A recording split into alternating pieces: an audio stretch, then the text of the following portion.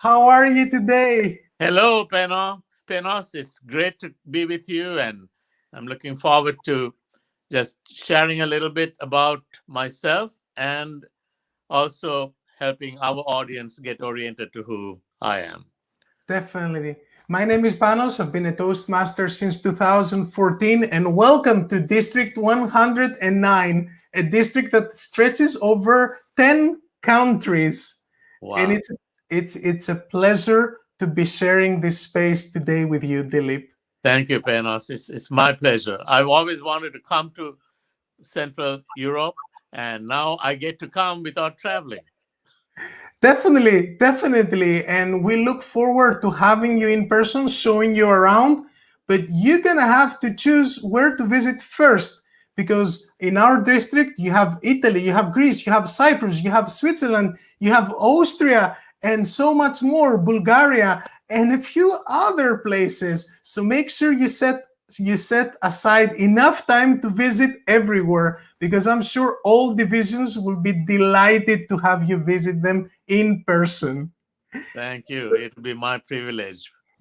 So, Dilip, how about we kick this off with a few rapid fire questions? Okay. How many years have you been in Toastmasters? 35 years.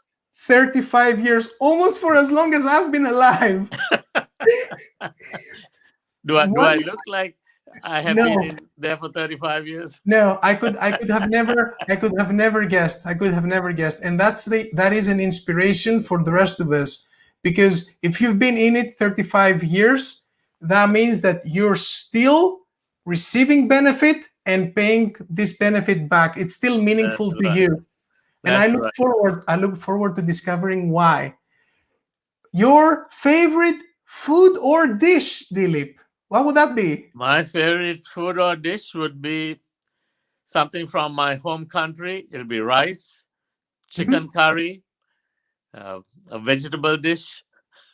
That's that Definitely, that that satisfy me. But definitely. but it has to be a curried dish. You know, Sri Lankan cuisine is world renowned, and definitely chicken curry is delicious. I've had it, and definitely Oh, wonderful! worth having as your favorite dish. What would be your favorite sport to watch? My favorite sport to watch. It used to be cricket because I played cricket as a schoolboy, and we were in the British Commonwealth of Nations, so all those countries around us played cricket. But when I came to the States, and I've been in the States for 48 years now, I'd say it's football, American football. American football. Yes, It's a little bit, let's say, a little bit more uh, more high impact than cricket, I might say. right. It's quite different, but I guess it's quite a spectacle at the same That's right. time. And you've seen a game or two?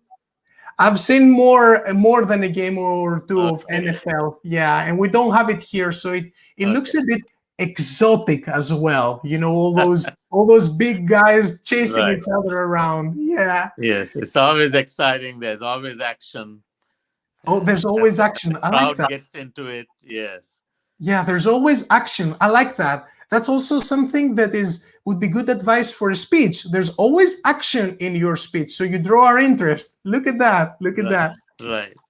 Dilip, more rapid fire questions for you. What would be your favorite place in the world to travel to other than the countries in District 109, of course? What would be your favorite place to travel to, Dilip? Well, you took away my answer by saying other than 109 because I have always wanted to come to Greece. There's Oh, so much history. The Western civilization itself has drawn much of its philosophical strength from Greece. And I've seen pictures of the ancient ruins, and I say, I want to go there and absorb some of that. So that's something that we've always wanted to do. Another place was Italy, Venice, to go to Rome. Uh, beautiful. Beautiful. yes, this would be wonderful. And my wife also is very interested in coming. Someday we'll be there. But for a vacation, we want to go to Hawaii.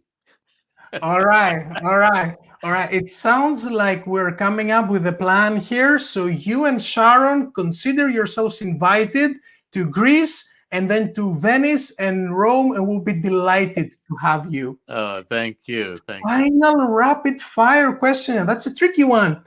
What's your favorite speech from the past world champions of public speaking?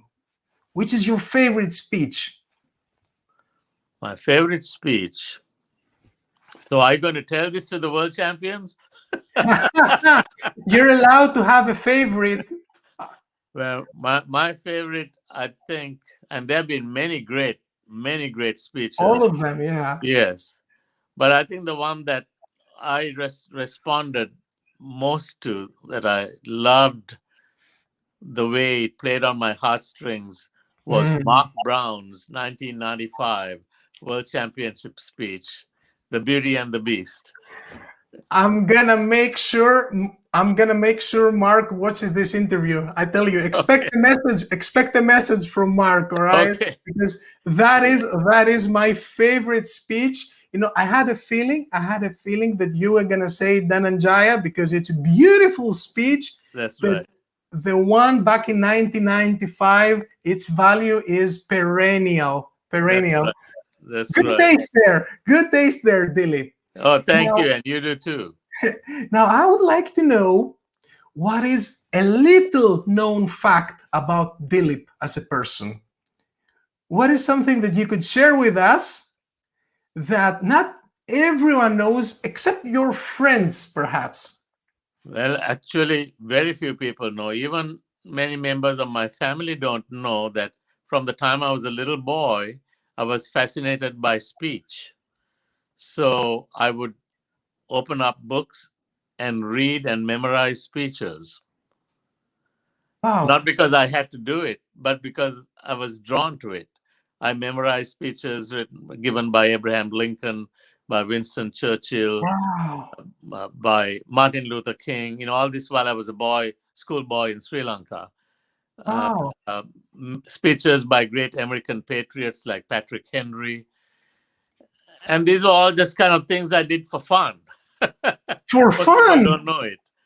Right. Yeah. But I was Yeah. drawn to the power of words, and I saw how they were Mm, constructed. This really helped mm, me later on. I had no idea it would help me, but it was just fun and enjoyment and a feeling of the power of words that I was mm, drawn to. And I used to give speeches long before I knew anything about Toastmasters. I would give mm, speeches to a friend of mine in Sri Lanka and then have mm. him give speeches to me.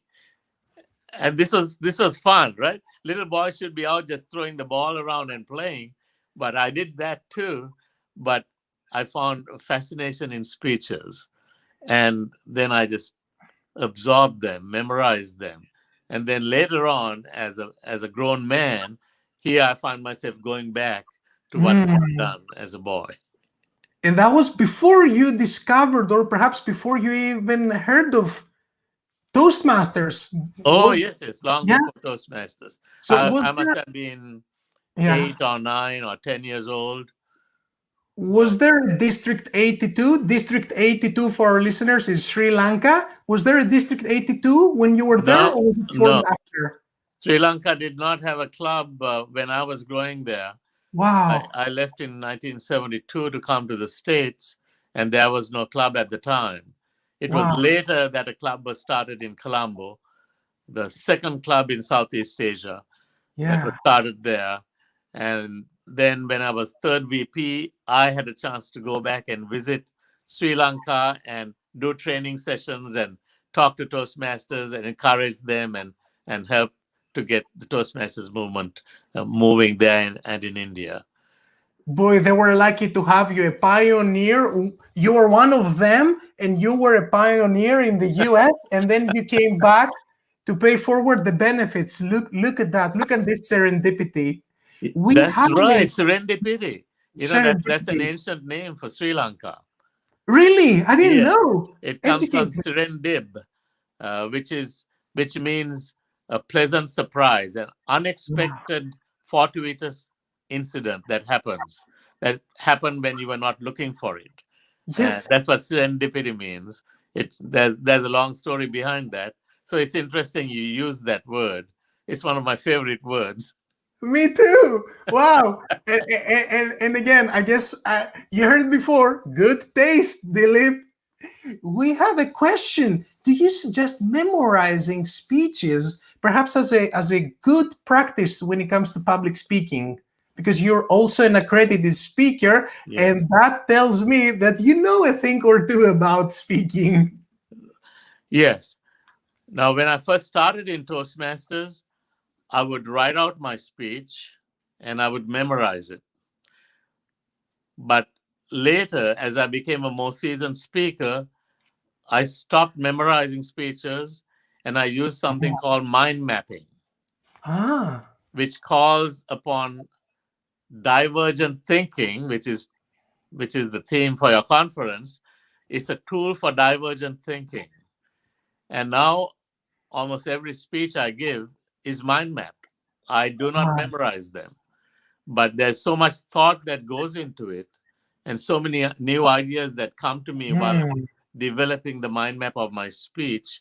And mm, by the time I'm ready to stand up and give it, I know the main ideas, the key words mm, that allow me to speak very conversationally without speaking mm. woodenly as one would if it's just memorized. All So right. that's what I recommend. But I found great value, especially for a beginning speaker, to first learn to craft the speech. In Yes. order to craft the speech, you got to have that opening, the body, and the conclusion. You got to have Mhm. the transitions.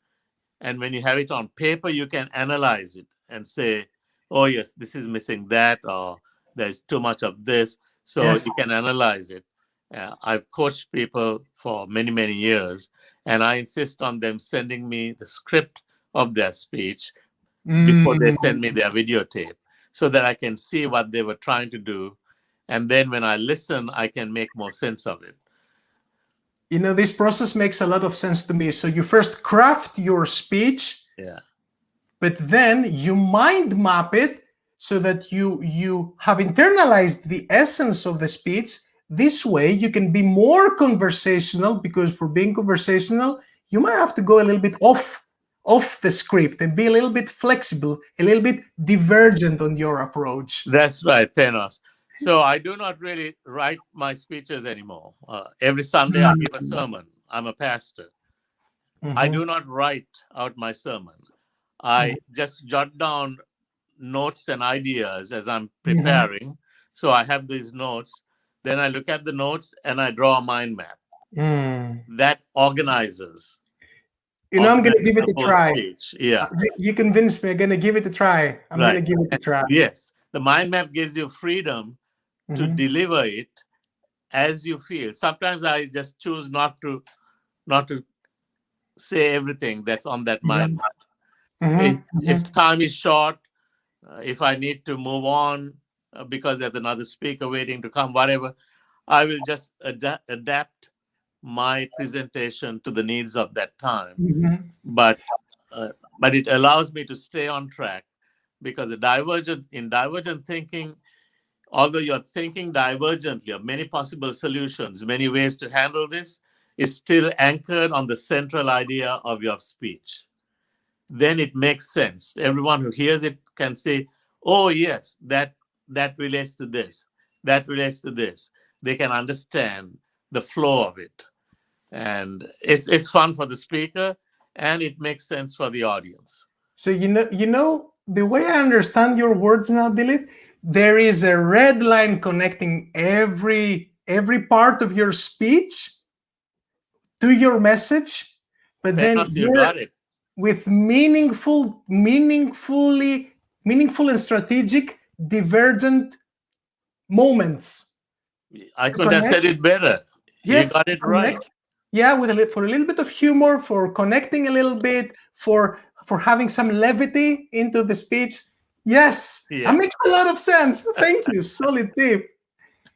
Dilip, looking a little bit at your background, okay, I think you have a world record or maybe a Toastmasters record for professional designations. So Dilip's full name for you, the listener, is Dilip R. Abayasekara, PhD, MDiv, DTM, AS, PIP. And those are a doctorate, I'm going to say this one last, a DTM, which we know what it is, an accredited speaker, past international president, but you're also, you hold a Master's of Divinity.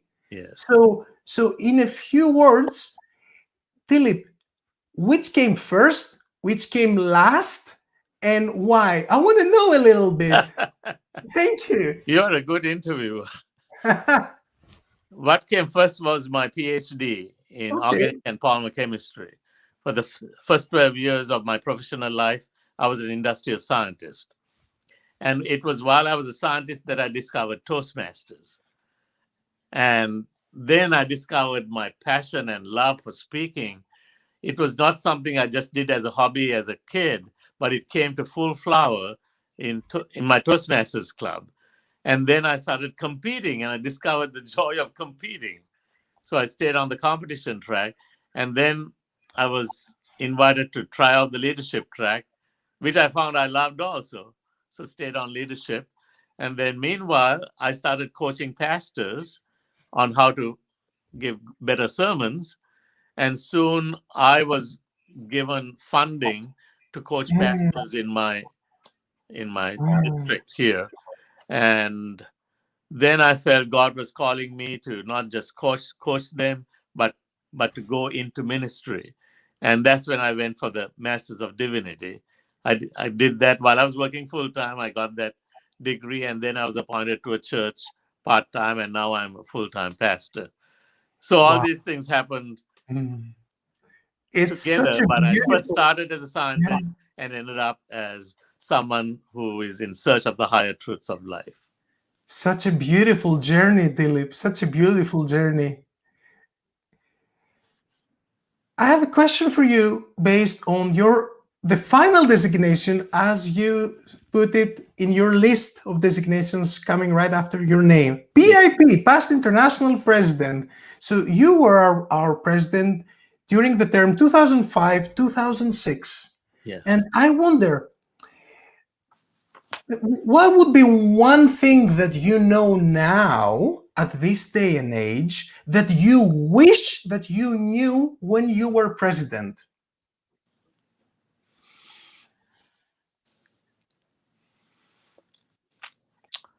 Very good question.